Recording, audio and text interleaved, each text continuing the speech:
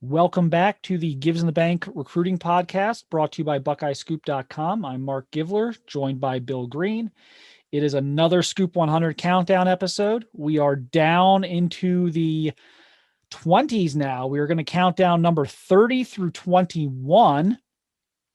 And I finally get to say this because I know I've been annoying with it about how everyone's a 4-star. Everyone's a 4-star. We're going to have some 5-stars in this episode. We have reached the threshold that we will cross from 4 to 5. It'll be later in the episode. It's not going to be right off the bat, but we'll let you know when we've crossed it, and we will start counting down our 5-stars here as we're getting down to our last couple episodes. Kind of our countdown to number 1 here. Interestingly enough, the guy we're going to start with here at number 30 is a guy that if you put a gun to my head right now, I think he's going to be a 5-star in, January, February. This is a guy that there are some varying opinions on. I think we probably have him a little higher than some do. I'm not saying, we're a total outlier here, but there are some people who are maybe thinking of him more in the back half of the top 100. But I actually love where we have him. And I was talking to Bill here before we started recording, and I think we're in really, this is one we're both in alignment on, even though we have him higher, we both feel that it's appropriate. And that is Cyrus Moss, defensive end out of Bishop Gorman in Las Vegas. Could you, look, I'm not saying he's a finished product yet, but I don't know that you could build a better looking defensive lineman. I mean, my God, that frame's insane. He's like, 6'6". He's one of those guys who looks like he's going to play at like 280 pounds, but still be able to play on the edge. He's one of those guys. Bill, what do you think? What do you like about Cyrus Moss? Well, I like where he's going to be in about 3 years. I'm going to tell you that right now. He's not developed. He's not where he's going to be.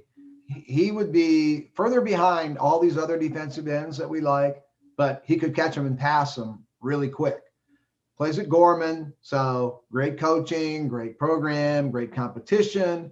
And then you look at the recruiting list, Clemson, Florida, Notre Dame, Oregon. Yeah, I get all that. This is an off-the-edge guy. I saw a guy like him about, oh my God, it might have been over 10 years ago, was Anthony Barr. I saw at the U.S. Army All-American game down in San Antonio.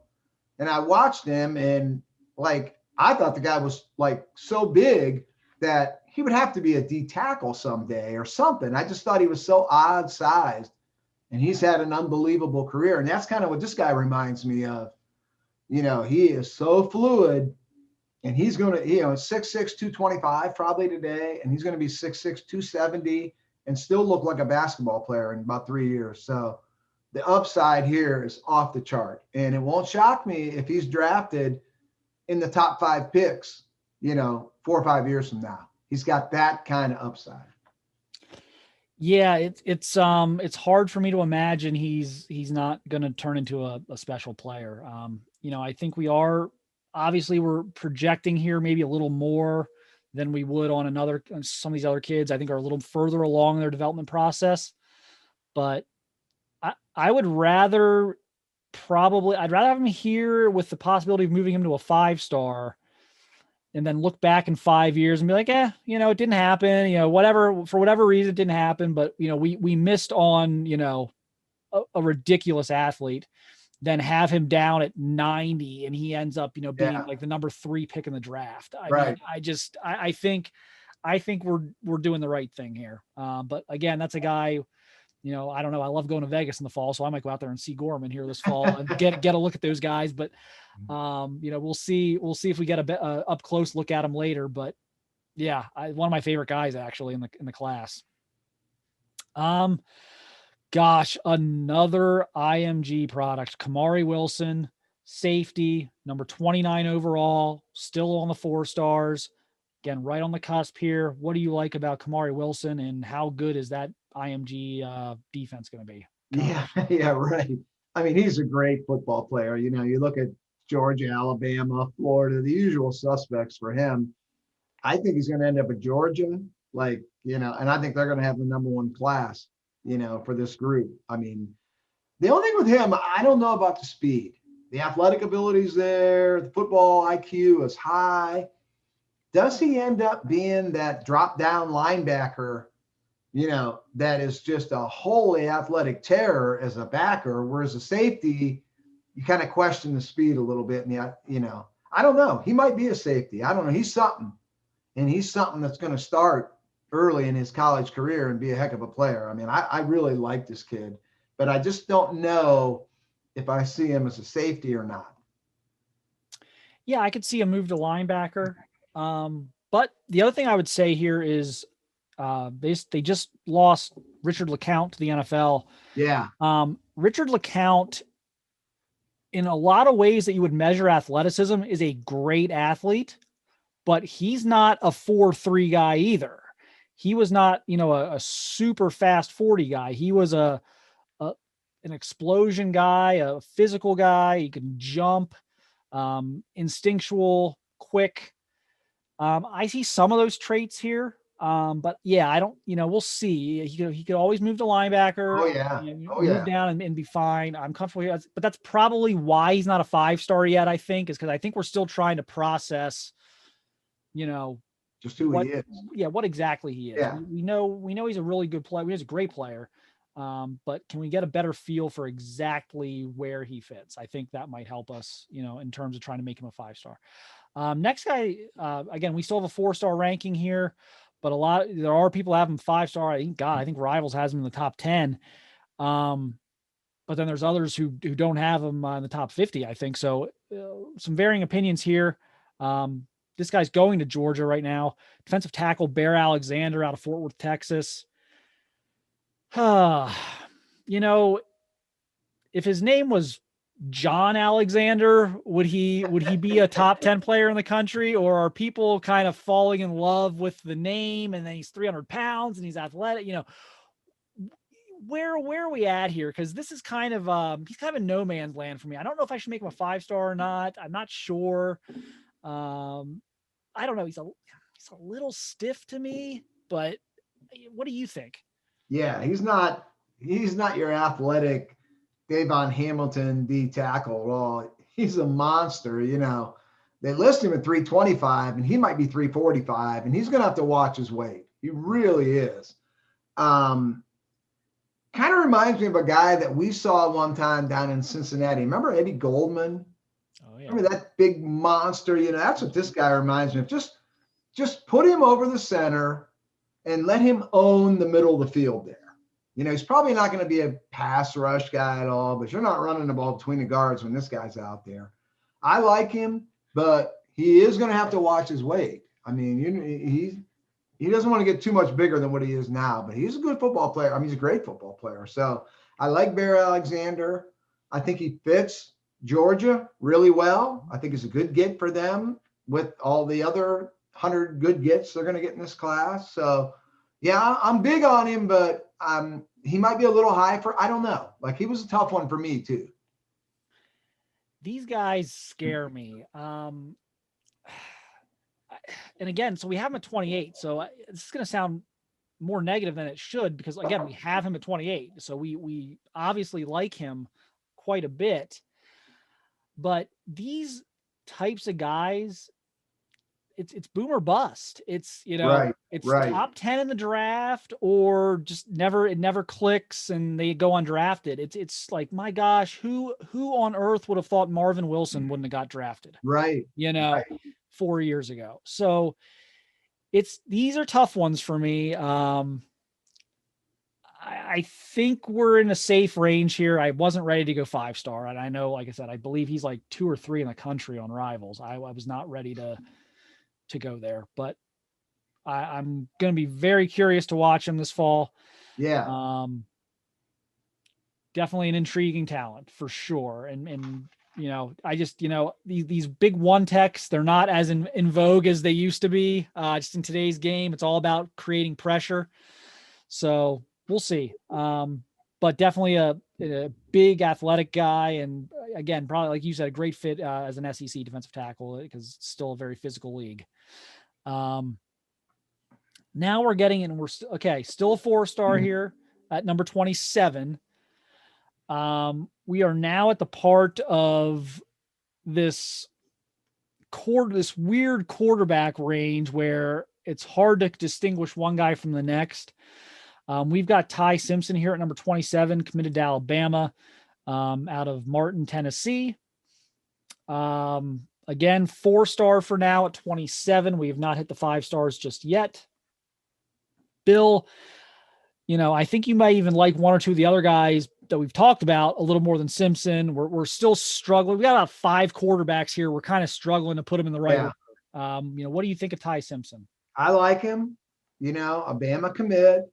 He's not Jalen Hurts. He's more Mac Jones than he would be Hurts or Tua or Bryce or any of those kind of guys. Is he AJ McCarron for them? He can make plays on the move, very accurate, not a measurable guy at all. So I like him. Would it shock me if he starts there for 3 years and wins 2 national titles? No. Will it shock me if he gets over-recruited and transfers to Kentucky or Texas Tech? No. But I like him. I like him a lot. I don't know that I like him better than guys we've got ahead of him or behind him. To me, it was Quinn Ewers and then everybody else, and I'd really like to see more of him. But I like this kid. He's really good. Nick Saban's not taking him because he likes to, any other reason than he thinks he's a great quarterback. So I like Ty Simpson. And every year there's a domino effect with quarterback recruiting, and Ty Simpson was actually a huge domino in that. Clemson, I think, thought they were going to get him at one point. That was like a Clemson Alabama battle, and there were some other schools involved as well. I think Tennessee, I believe, was in there. But it was one of those things. It was a very heated recruiting battle. And he was one of those guys who really got the ball rolling. Obviously, when Ewers flipped to Ohio State, that was another one that really got the ball rolling on, calling all quarterbacks, go grab your spot, go take your scholarship and lock in your spot. And so that's what I remember most about Simpson's recruiting process. If he's patient, he can definitely be Mac Jones or even AJ McCarron. Look, if he turned out to be AJ McCarron, we would take that in a minute. We would be perfectly justified ranking him 27 in the country. Right, we would be if that's his career is AJ McCarron, we are right at 27. So I think people are going to scoff at that, but like if he's actually AJ McCarron, we're dead on the money at 27. That's exactly Nick Saban will sign up for that right now. Exactly. So I don't look at that as a knock at all. It's just, will he be patient as Alabama, will he stick it out and fight for the battles in there, because they're going to continue to recruit these highly ranked quarterbacks. And so that's always the challenge when you're talking about an Alabama, Clemson, Ohio State quarterback, is they're all talented, but who's going to stick it out and be the guy? Because it's going to be a very challenging room. All right. We're still, I promise I will say when we're at the 5 stars, we are still in the 4 stars. Athlete Keon Saab, Bradenton, Florida, IMG Academy, another IMG guy. Is he a safety? Is he a linebacker? Is he a offensive? What is he? And, again, another guy, super varying opinions. I know the recruiting sites are kind of varying on him, but coaches I talked to one coach who's just not that very high on him, doesn't think he's a top 100 guy. I talked to another coach who thinks he's a 5-star. I was like, oh my gosh. So we're kind of splitting the difference a little bit. He's pretty close to 5-star status for us. What would maybe the best way to frame this, what would we need, or you specifically, Bill, need to see out of him for us to make that 5-star jump at the next update?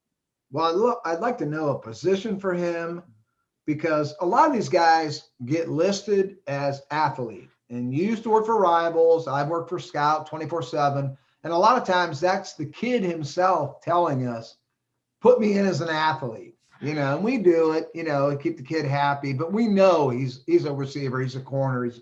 I don't know what this guy is. He is 6'2", 200 pounds, and he's something. You look, he's going to end up at Georgia or Bama or Clemson, somewhere like that. And I think he's probably going to be a linebacker instead of a safety. I guess maybe a Tampa 2. He could be a safety. I don't know. I don't know what he is. He could be a big physical receiver, maybe.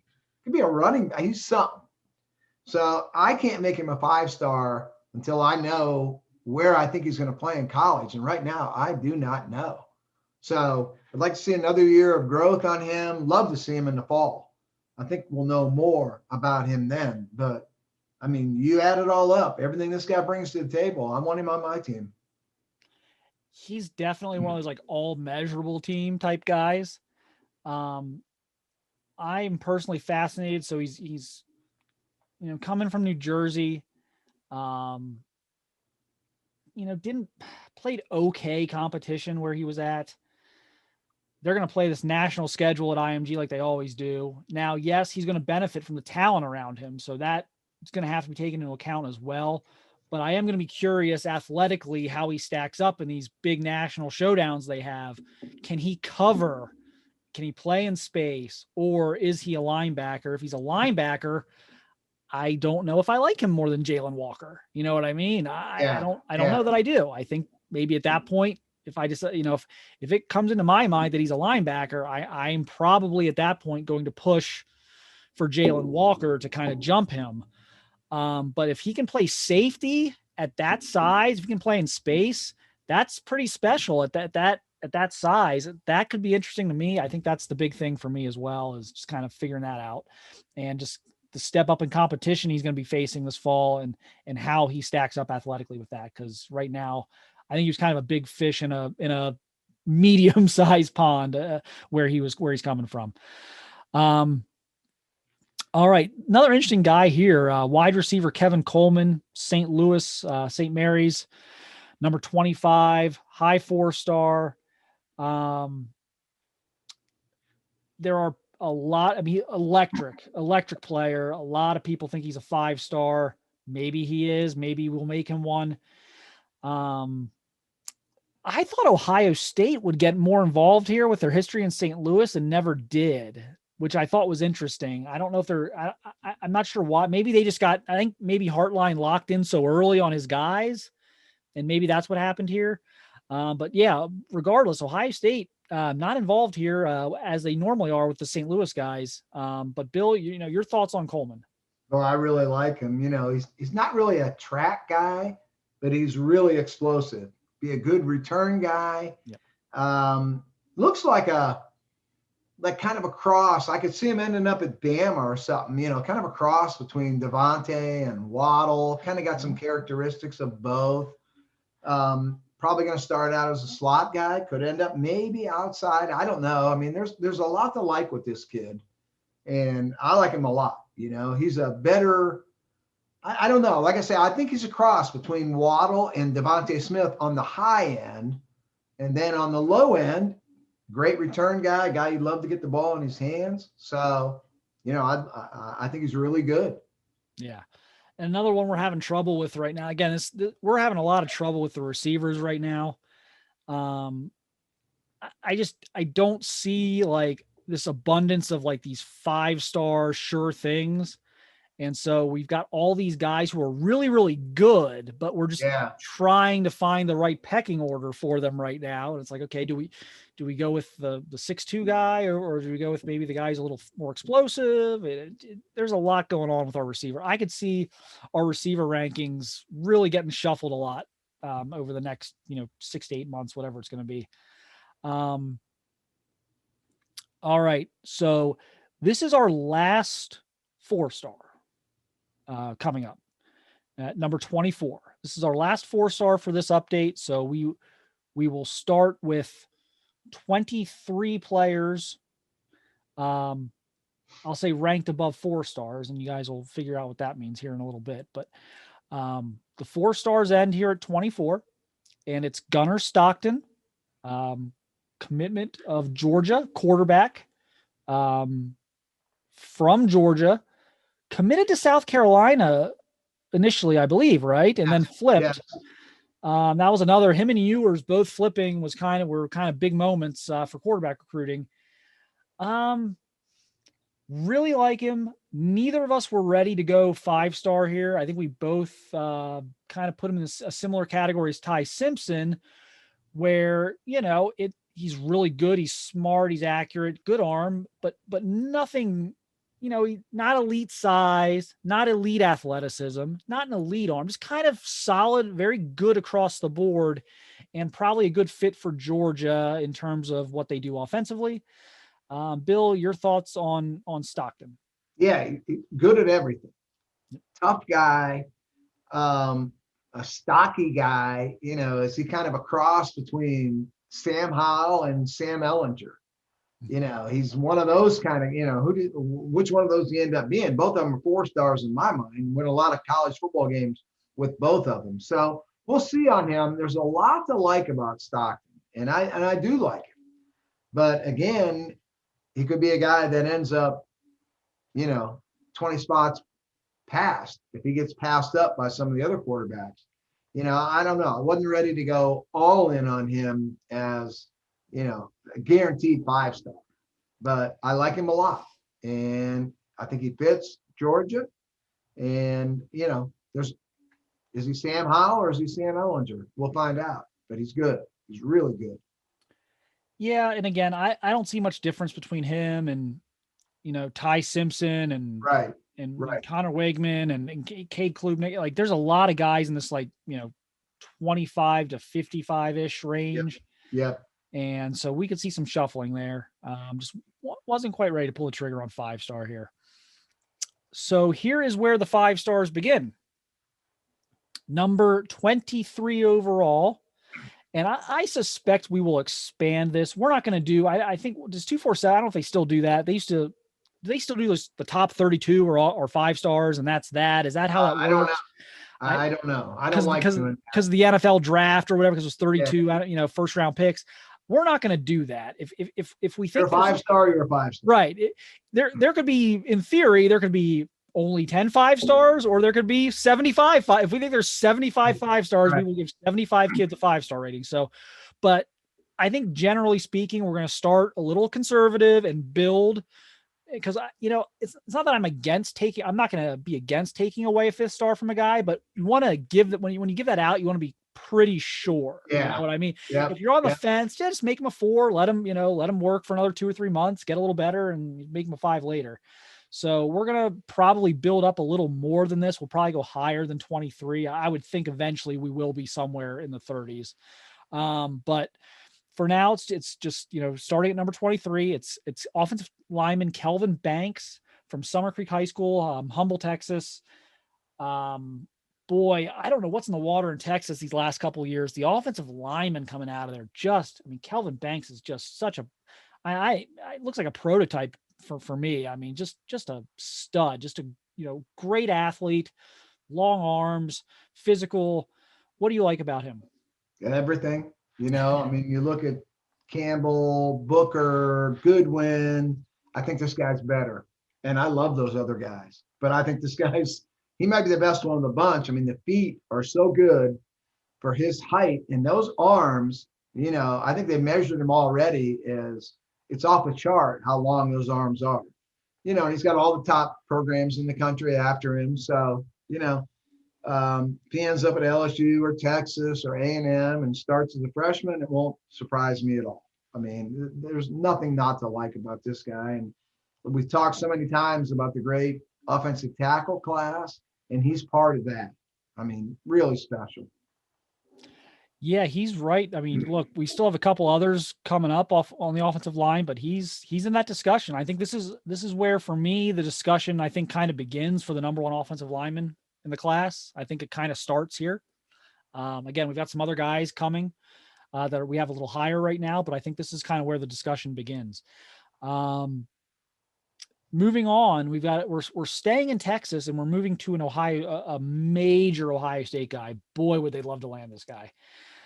Defensive end Omari Abor out of Duncanville, Texas, powerhouse. Duncanville's got so many Division I kids in this class. Great program. They got a few kids that are supposed to be visiting Ohio State. A few offensive linemen actually that are supposed to visit Ohio State as well at some point in June. Omari Abor is going to be part of this big June 4th weekend at Ohio State. He is right at the top of the wish list for them right now. I think they got a shot. Look, he's coming on that June 4th weekend. That says something to me. He's not coming there on, by himself or with 2 other kids on June 25th. No, he's coming on June 4th when all the commits are going to be there. I'm starting to believe this could happen. Bill, how far along are you on this? Do you think this is a pipe dream or legit?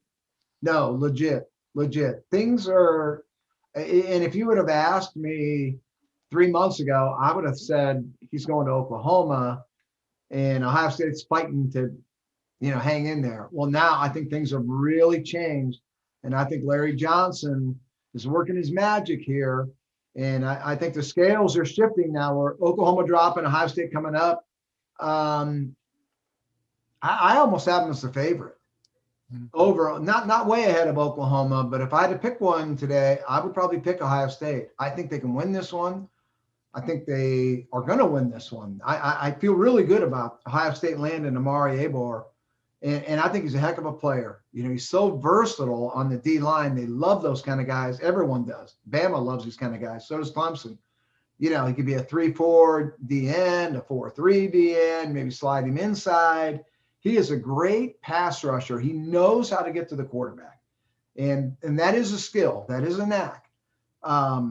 Is he JT Tuimoloau? No, but he's that kind of player. You know what I mean? He's not far behind JT Tuimoloau.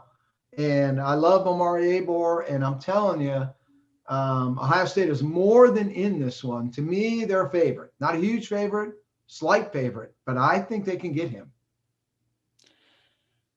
I think if they go, if we're right about where they're at today, and as we sit here in the first week of May, if we're right about where they're at today and they get him on campus June 4th with all the commits, I mean, that is you look at the list for June 4th, it's the commits and the guys that they think they're getting. I mean, it really, there's not a lot of like wild cards coming on June 4th. There's not a lot of like swinging for the fences, winging a prayer recruits coming on June 4th. It's the commits and the guys they're trying to seal the deal on that weekend.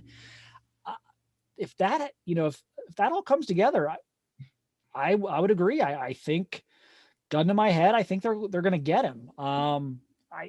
They're selling obviously the tradition. He's very intrigued by the tradition and the Larry Johnson's, legacy right now of producing these guys, but that's a veteran defensive end room right now. Yes, Jack Sawyer's phenomenal. We all think the world of Jack, but there's not a lot of guys in the pipeline like Jack. I mean, we're talking about, Tyreek Smith and Zach Harris. These are veteran players. They're going to be moving on within a year or two. And so I think they're, kind of selling him on a pretty appealing depth chart, a more appealing depth chart than you might expect Ohio State to have at that position. So I think that's appealing as well. And I think they've gained a ton of momentum the last 3 months. I think it took Larry Johnson a little bit to figure out who his guys are. He is so animate about in-person evaluations. And obviously none of that has happened for, the past 18 months or so, that I think it took him a while to be like, okay, who are the 3 or 4 I'm really going to just all out. And it feels like he made that decision on Omari Abor this winter. And it feels like ever since that decision was made, Ohio State's done nothing but slowly trend up. And so that's going to be a very interesting visit in June. But yes, I like the momentum there right now. And yes, great player. I don't think he's quite this level of this is a little unfair, so I'm going to walk this back a little bit, but a little bit of Nick Bosa there in the build. Because he's not a 6'6" guy. Like he's not, he's not the big long. Like he's a little like Nick Bosa was a little more, 6'4", can play inside a little bit. Even if he's undersized, he's not going to be out physicaled. Just there's some traits there to Nick Bosa. He's not Nick. Look, Nick was a no-brainer, top, 5 or 10 player in the country, but there are some similarities there. And then you as you mentioned, the Tuimoloau stuff. Yeah. Is he that level of athletic marvel? Maybe not, but as an inside outside guy with versatility, yeah. I mean, there's a lot there. So I think he's a fantastic player, and I have no issues having him as a 5-star. I think we're on a little bit of the higher end of the spectrum here. I believe he's a 5-star elsewhere at other places, but I think we have him maybe a little high, but I'm good with it. I think he's a great player. All right, our last guy here, and again, another 5-star, defensive tackle or defensive line, probably defensive tackle, Gabriel Dindy out of Lakeland, Florida. Just, we talk about like some of the speed rushers out of Florida. This guy's not really a speed rusher. He's just a big athletic freak. I mean, my God, the way he moves at his size, Bill, I mean, have you seen him in person? I've not. I have not seen him in person, but I know people that know him well. An explosive 4-3 tackle, so quick off the ball, almost unblockable. And when you hear Lakeland, I mean, you automatically think, well, he's going to be a Gator, and it's done. And my people in Florida are telling me that is absolutely not the case. And they really think Ohio State can be a player here, if they decide to push the chips in, really go hard after Gabriel. My people in Florida think Ohio State is a player here if they want to be. So I'm real anxious to see how this thing proceeds, going forward. But the film is amazing, and once they tell me that he is not a Florida lock by any means, and Florida is not really high on his list, and they tell me how much Ohio State can be a factor here, I mean, that really piqued my interest. Yeah, that would definitely, I kind of almost put him in the Marvin Jones category of definitely don't factor him into any of your numbers, but I don't think he's, from what I've heard, that's going to go into the fall probably. I mean, I don't know if you've heard different. I have not heard anything about, yeah. I mean, that longer. Right. It's going to be one of those Marvin Jones drawn out. So you can continue to kind of work the Omari Abors of the world, figure that out, and just kind of stay in the game here and see what happens in October, November, December. Just hang in there and see what happens. So that'll be interesting to watch if anything happens there. But I think he's one of the true elite interior defensive line prospects in this class. I don't think there's a ton of those guys in this class. He's one of them. I think he's really impressive physically, and just, again, needs probably a little bit raw maybe, but those Florida defensive linemen, they sometimes need a little bit of time, but the athleticism there is so impressive to me at that size. I think he's a great player. So, all right. Well, we are done for this episode. So we're down to our final 20 here. So we got 2 more episodes. So it's going to be all 5 stars, but I'm going to tease this now. We're going to throw a little wrinkle. We're going to introduce a couple of 6 stars, and we're going to do that on the last episode. So not the next one, but the following one after that. We are going to talk a little 6-star action. For me, there's not going to be a lot of them. This is going to be a very special designation. But, the one thing for me just doing this over the years is there's always been this gap to me between like those top, 5 or 10 players in the country. And then like the kid who's like a 5-star, but he's number 28. I'll give an example. Like Kendall Fuller was like a pretty much a consensus 5-star or a high 4 guy. And yeah, I thought he's a 5-star, great player, but he wasn't Jalen Ramsey. Like there was always this, they were both 5 stars, but there was something a little bit different about Jalen Ramsey than Kendall Fuller.